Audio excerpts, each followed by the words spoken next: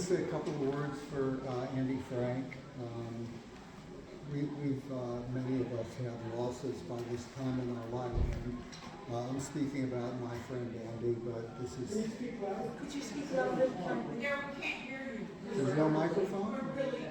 Where are the slides? Sorry. I'm gonna say some words about my friend Andy Frank. By this time in our lives, many of us have had losses. I'm talking about Andy, but speaking in sympathy with others that we've lost from our class and our lives. Our friend Andy Frank, Andrew David Frank, who called himself the man with 3 first names, died just a little over a year ago with pancreatic cancer. He was the first cool guy that I knew who was also both responsible and professional. He was a role model for me. I didn't really appreciate that for a decade, and he was totally unaware of it until I told him. As a case in point, he was my freshman roommate, so first day of college. I met him and I said, "What's your major?" And he said, "I'm a composer." He was already grown up and knew who he was. On the cool guy front, he was a revelation to me as a mid-century suburbanite. He was raised among Hollywood smart-mouthed comedians and actors and producers in Beverly Hills and London.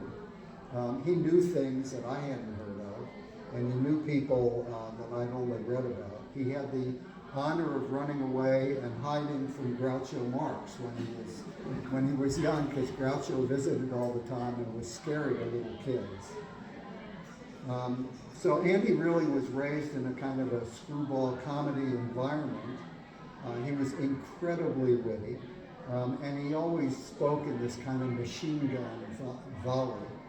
So we called him Fast Andy, and that name stuck for his whole life.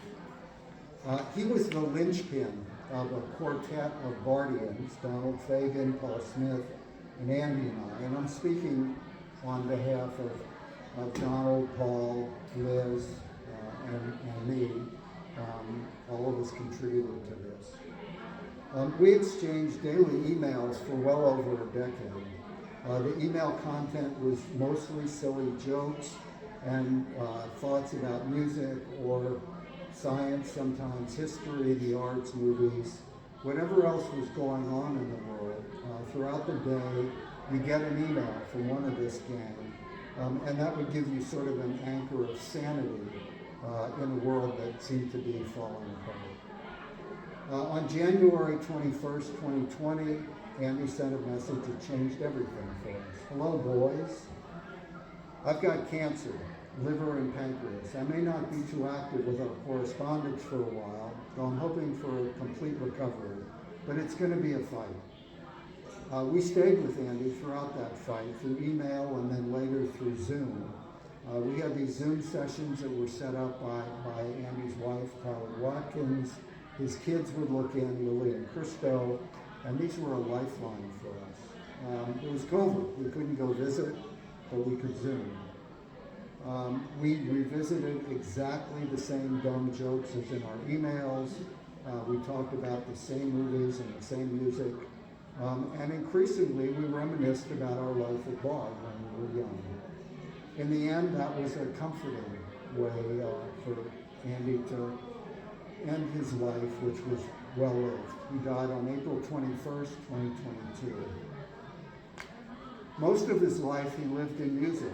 At Bard, he studied with Jacob Drutman and Ellie Arden, and then he completed graduate work at Penn with composers George Crumb, George Rockberg, and Richard Wernick. In 1972, he began teaching at Cal Davis, retired as professor of music emeritus 35 years later in 2007. He had a terrific career at Davis, national and international performances, recordings, awards, including the Guggenheim in 1987. He was in his music studio until the very end of his life, composing, revising, revisiting cherished musical masters and their work. Among the last works of his was the piece that we'll hear this evening, which is called Still Life for solo viola, and it was composed in memory of his father. When Andy was dying and was asked by Liz, what will you miss? He replied, I'll miss music. Thanks to Liz, who's the Joseph E. Harry Professor of Modern Languages and Literature at Bard, Andy will continue to inspire future Bard composers. Liz was moved by Andy's remark that he was revising his senior project near the end of his life, just for the sheer fun of it. Liz endowed the Elizabeth Frank and Andrew D. Frank 68 Senior Project Prize in Musical Composition. And it's comforting for us to know that Andy will endure through this endowment as well as in our hearts. Thank you, Richard. Richard, thank you.